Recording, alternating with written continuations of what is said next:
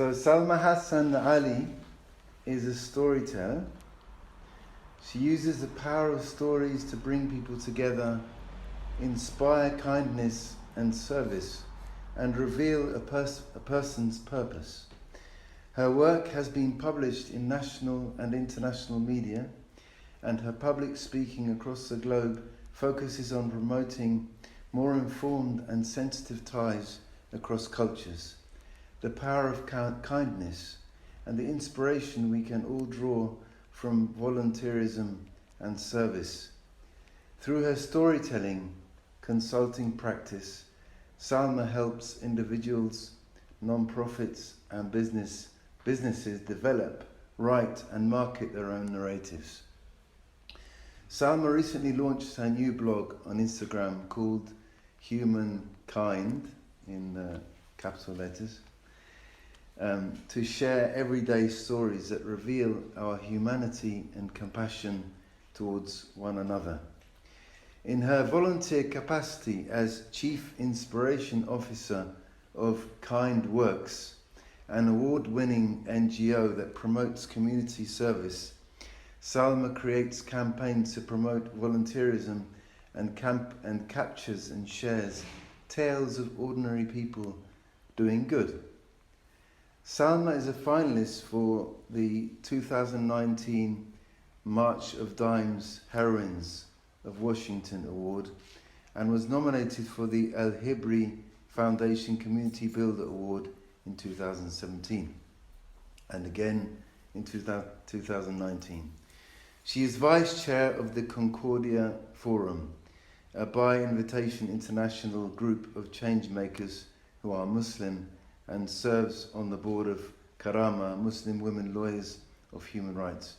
She attended Columbia College and received a master's degree from the School of International and Public Affairs at Columbia University. Previously, Salma worked as a writer, editor, and press and information leader for international organizations in Geneva, Paris, Stockholm, Bahrain, and New York City. She lives in Washington, D.C. with her husband, Arif, who is also with us. And daughter Sanya lives and works in New York City, and son Zaid will attend university in fall 2021, inshallah. Yes. Okay, so we're very honoured to have her with us today. Inshallah, bismillah.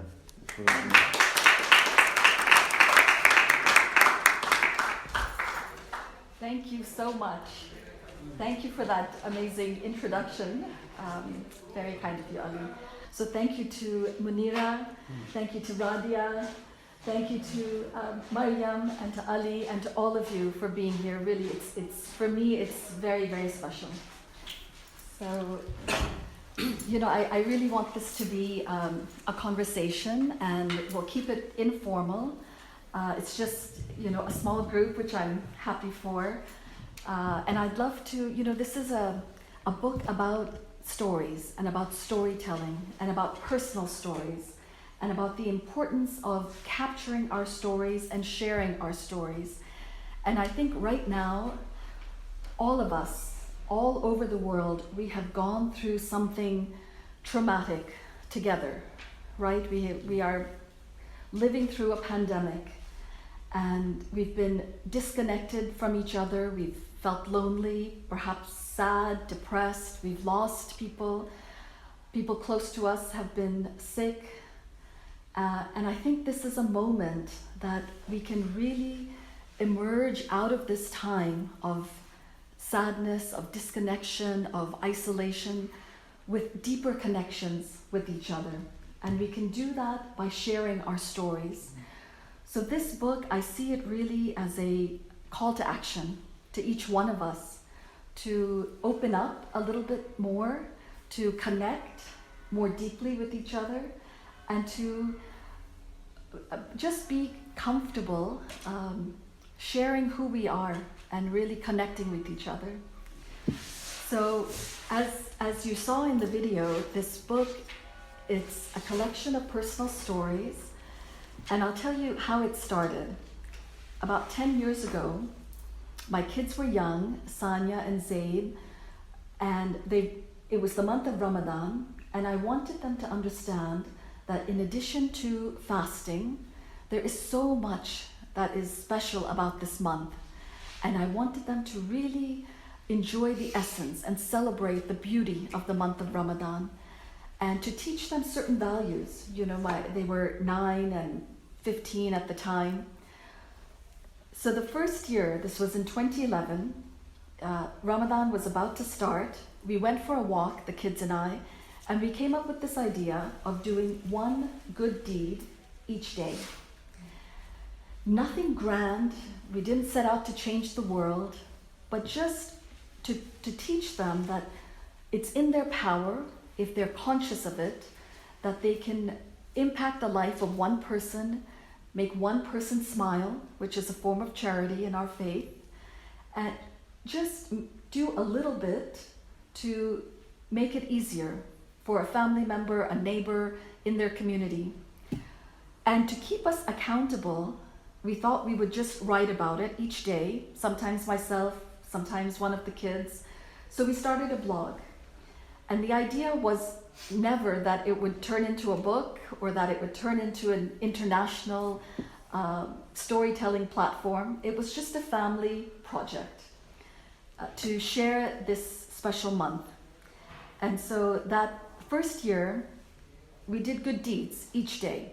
My parents were visiting, so often the kids would spend time with their grandparents. And I remember actually, we were at the Alhambra this morning, and the last time that we were here was about 10 or 11 years ago.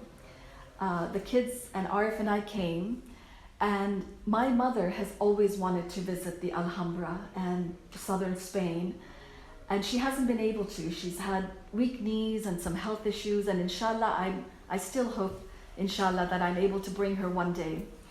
But when we came as a family, the kids were taking pictures and videos of the Alhambra to show their grandmother. And that Ramadan, I remember one of the acts, the good deeds that we did, the kids sat down and shared their tales of the Alhambra. And similarly, each day went on, and we baked cookies, moon and star-shaped cookies, and took it to our neighbors. We made meals at the local homeless shelter. Our son Zaid, who loved doing experiments, he did them with his grandfather. Basically, they did things to cheer up my parents and to make life a little bit easier. And so we continued 30 days, 30 deeds.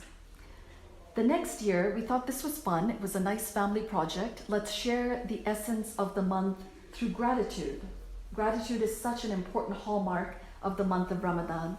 So we decided it would be 30 days, 30 gratitudes. And each day we would write something we were grateful for. Something in the world, something within our family, something unique to ourselves. So it became 30 days, 30 gratitudes. And somehow, neighbor to neighbor, friend to friend, people started sharing the blog. Something spoke to them about it. And for me, I think it's the power of personal stories. If you share something with your heart, honestly, it strikes people. You know, people connect with that honesty and with that sense of commonality. And so it's found a place of its own, this blog. Not that it went viral, that was never the intention, but people found it, and more non-Muslims started reading it. And now I get emails from non-Muslims around the world, literally from Australia to Zambia, A to Z, and every country in between, saying that we don't celebrate the month of Ramadan, but we look forward to it because we know we're going to be sharing 30 days of stories. So the next year, the theme became 30 traditions. What are the different traditions of Ramadan that we celebrate, that family members and community members celebrate? Then it was 30 inspiring stories. And that year in particular, there was so much negative attention in the press about Islam. And I thought we have such beautiful stories to share, such inspiring people doing good within our faith that nobody knows about, sort of the general public. So that year I shared 30 inspiring stories. And one of those stories is about an extraordinary gentleman. I wonder if you've heard of the name Edhi. Yes. Edhi. Yeah. EDHI, he's from Pakistan. He is a humanitarian, sadly passed away a couple of years ago, but he was the most extraordinary humanitarian in the world, I would say. When he passed away, the Washington Post and the New York Times, they said the Mother Teresa of Pakistan or the Father Teresa of Pakistan, but really he is Edhi.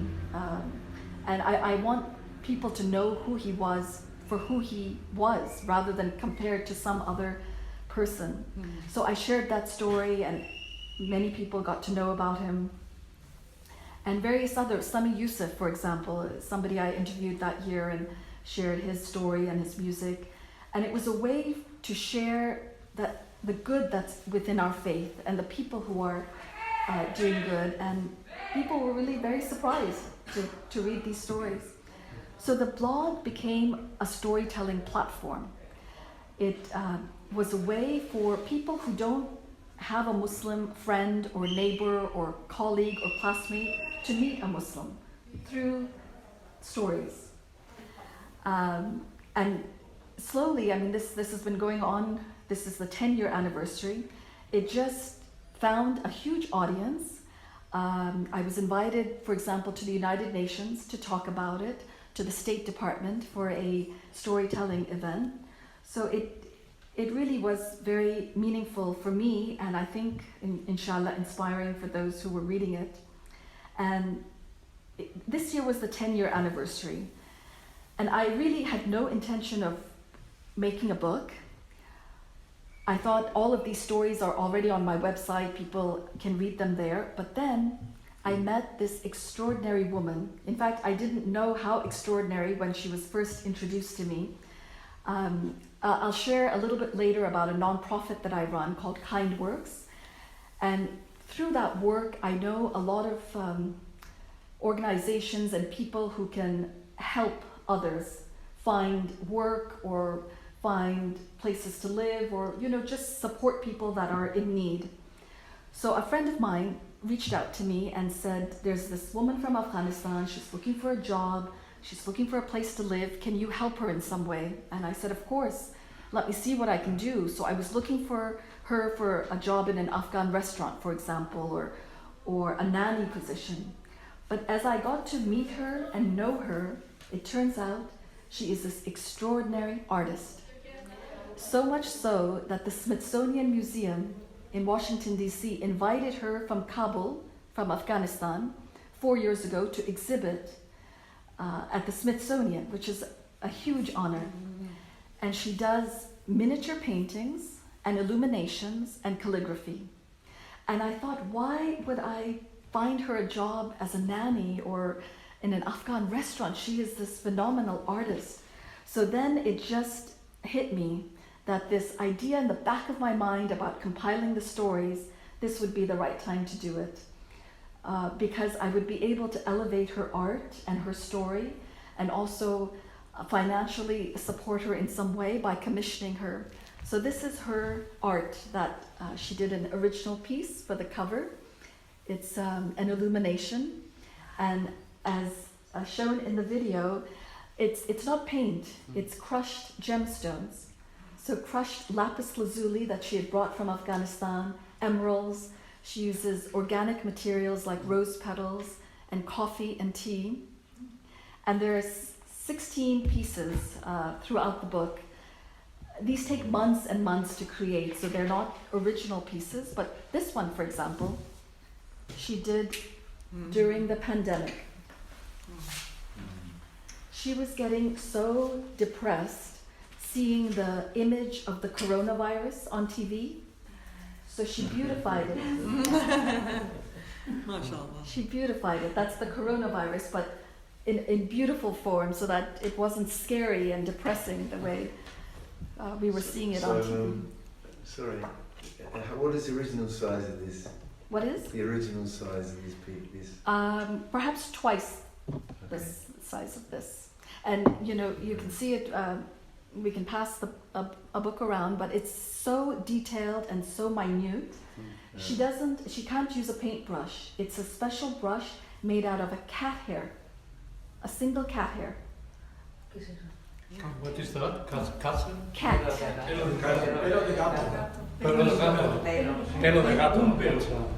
So I'll just go a little bit through the book and read one or two posts so you have an idea of what's in here. So each of the chapters, there are 9 chapters based on the 9 different themes of the past 9 years.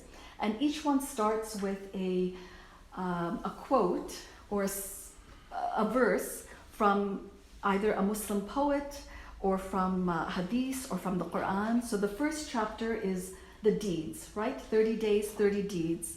And this is from the hadith. Your smile for your brother is charity.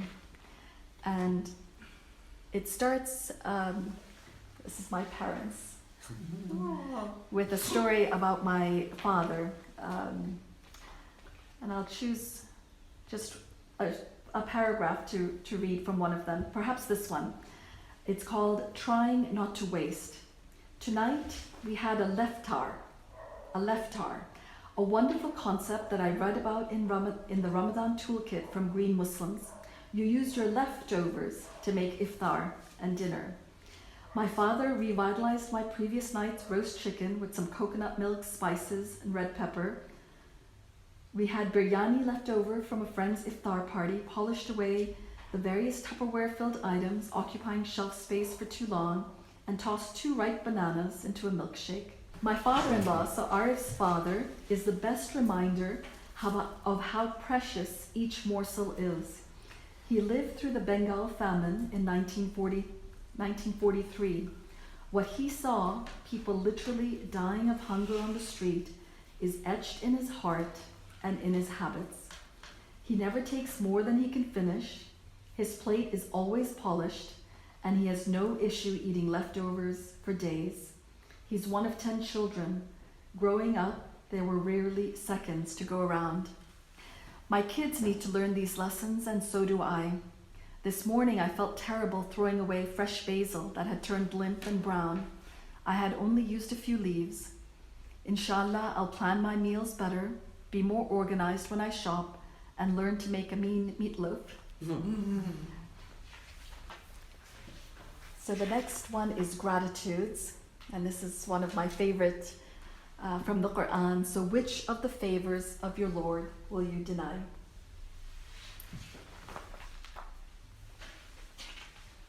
But then it's also written by family, other members. No, it's not just... Yes, absolutely. And I'd like to, it goes on. The next one is du'as and prayers. And here's a beautiful piece of artwork. The artwork's amazing. Subhanallah al-Azim. What is the meaning of what is inside? What's the meaning? Is glory Glory to God. Yes, glory to Allah, the greatest. Yeah, magnificent. So as the years went on, I invited other people to contribute as well, family members, community members, and in the last couple of years, various amazing, interesting Muslim leaders and artists and musicians and the last year was in 2020. We were having Ramadan in the midst of a pandemic. So I wanted to hear reflections. What are people's reflections during this incredible moment in our history? And I'll read something that our friend Ali shared. It's called Allah Pressed Pause. This condition that the whole world has been thrown into unexpectedly is the greatest blessing I think I've experienced in years. This is an opportunity for people to reflect, to take stock of what we're doing. This mad, crazy, inhuman world, a greed machine that is just consuming the planet, has suddenly come to a halt. Allah has pressed the pause button and the planet is breathing. You can hear the birds singing. and this has happened at the time of our blessed months of Rajab and Shaban. This is a time to connect with Allah, with the Holy Quran, to connect with our innermost selves, and to reflect. Alhamdulillah.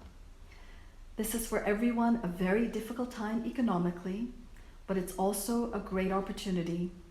There's a lot of solidarity and community, a spirit of looking after each other.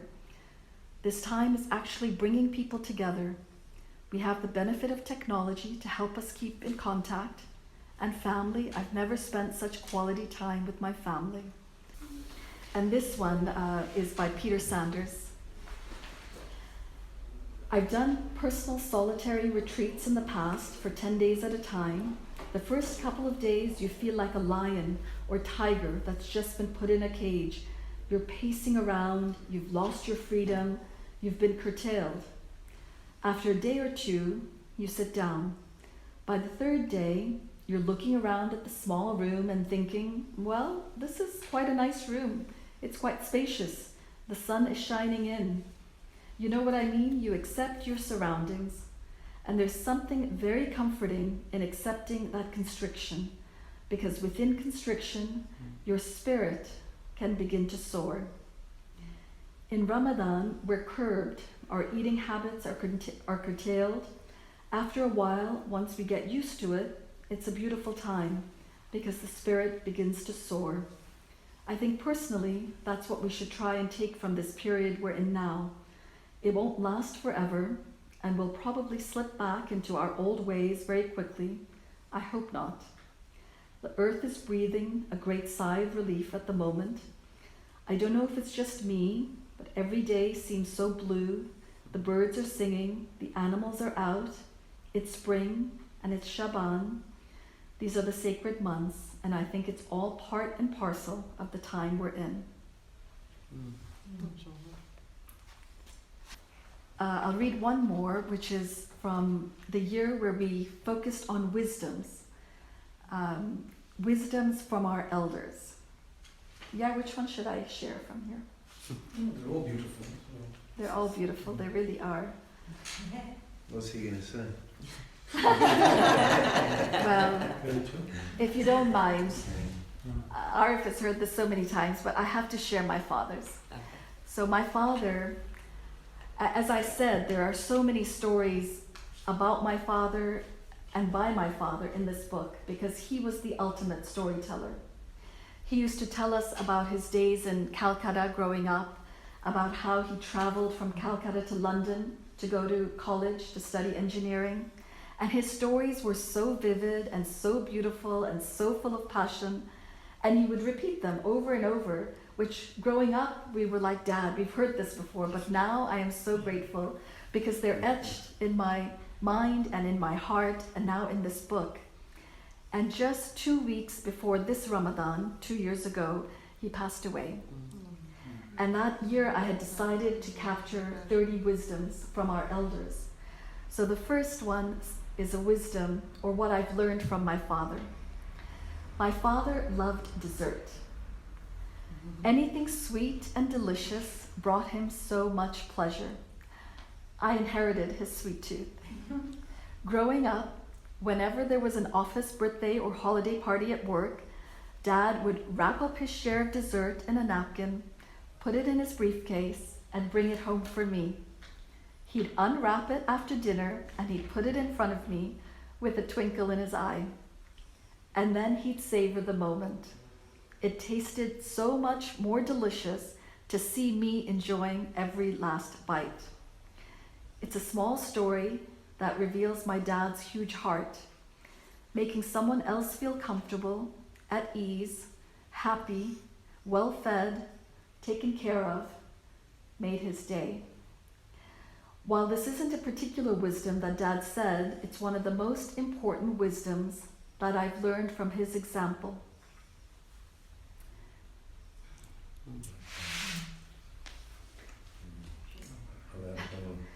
Be generous.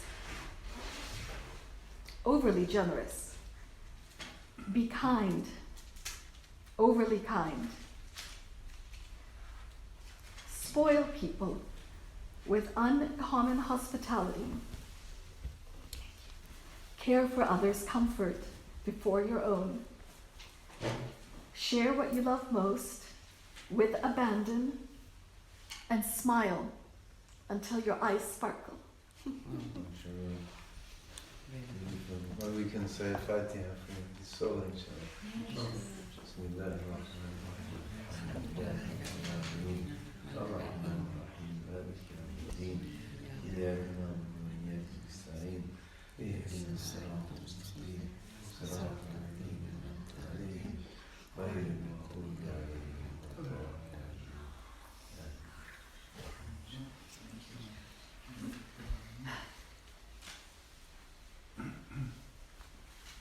I'm amongst friends, so I won't apologize. No. Okay.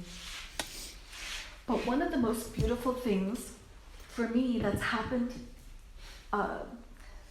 from writing and from sharing and from this blog is that it has helped people who don't know a Muslim or who have a negative impression of Muslims understand us better. And I think for me as a storyteller, that is the biggest power of sharing our stories.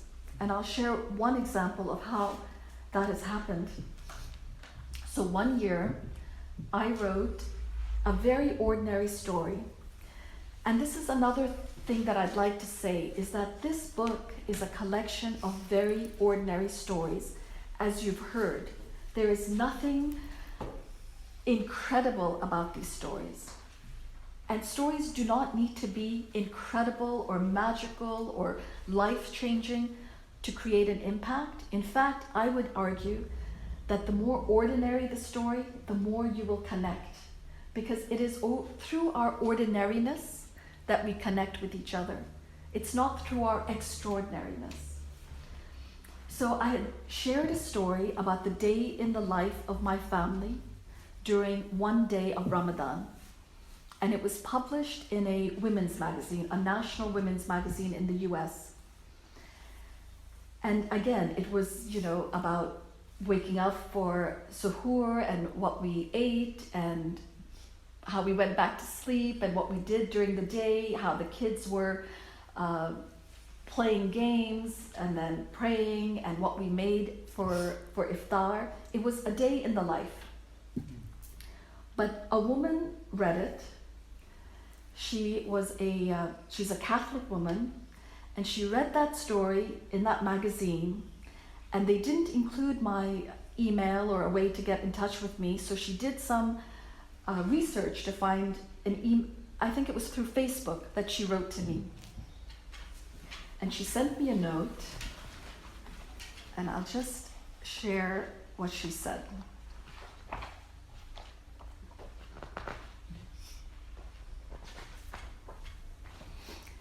So she said, "Please accept my intrusion on your privacy, but I read about you online and I read your article, Not My Mother's Ramadan. I'm a Catholic woman with a 19-year-old daughter who told me 2 weeks ago that she's in the process of converting to become a Muslim. With that sentence, I will tell you that I am afraid, concerned, confused, cautious, curious, and searching for answers." So I received this message through Facebook based on an article that I'd written, and I don't know who this woman is. So I write back to her and I give her some ideas for books that she can read, people that she can contact, a community in New Jersey where she lived that she can reach out to. And we start this online virtual friendship, relationship. It's as if we were holding hands, through virtual space. And it was a time when she was so upset. I mean, the only thing she said that she knew about Islam was negative. She didn't know any Muslims. She was petrified that her daughter is choosing a religion that she felt was violent, misunderstood. She worried for her daughter's safety. And plus she was hurting as a mother because as a very devout Catholic woman, the church was central to her family life, and her daughter would sing in the church choir and go to camp through the church, and it was a very important part of her family's life. And this felt like just a very difficult moment. So we would write back and forth through Facebook and through emails, and her daughter did convert. She became a Muslim. She started wearing the hijab. She met a Muslim man. She traveled to Turkey with her family, with her mom, for the nikah. And during this time, these months and years, this woman, Annette, and I was just texting with her this morning. I said, I'm going to share our story. She's so excited. Annette is getting to learn about Islam through the people that are now in her life, her son-in-law and his family members and other people that she's meeting in the community. And she's amazed at what a beautiful religion this is, and what generous and peaceful and beautiful people Muslims are. And so now she is giving talks at churches around the country about the Islam that she has come to know. And she is giving media interviews.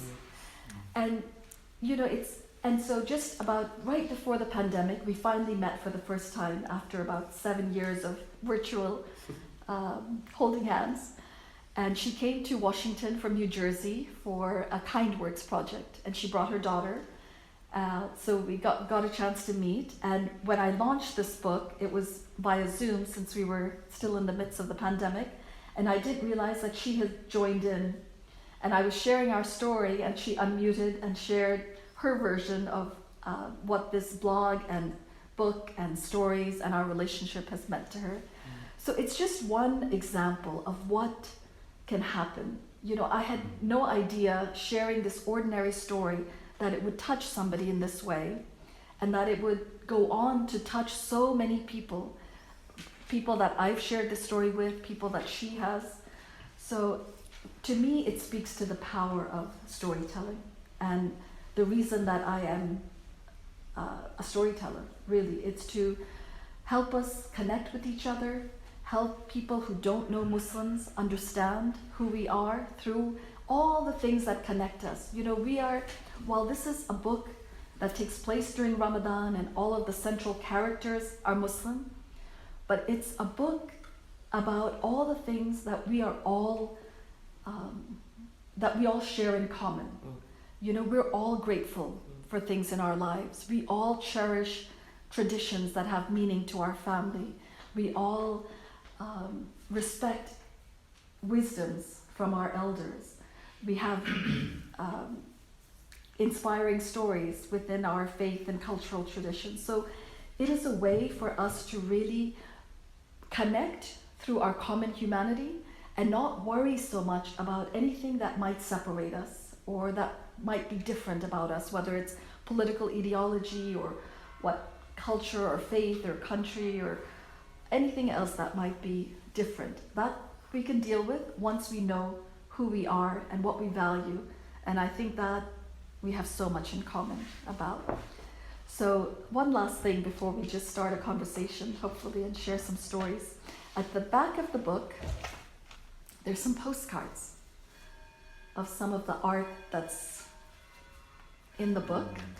And the idea is for each one of us to write a story that we want to remember, some aspect of our life story that we cherish and we want to. So just write that and tuck it in a drawer, or share an aspect of your story and share it with a friend that you'd like to get to know better. So this whole book is really about storytelling. It's a collection of stories by me, my kids, my family, others like Ali and Peter and so many other amazing and inspiring Muslims. But really it's a call to action to all of us to connect more deeply through our stories. So I think I'm going to pause there and see if you have questions, anything that I should discuss, perhaps KindWorks I can bring in a little later. And also please, I hope you'll feel comfortable to share some stories with all of us as well today. Thank you so much for listening. Well, thank you. Thank you.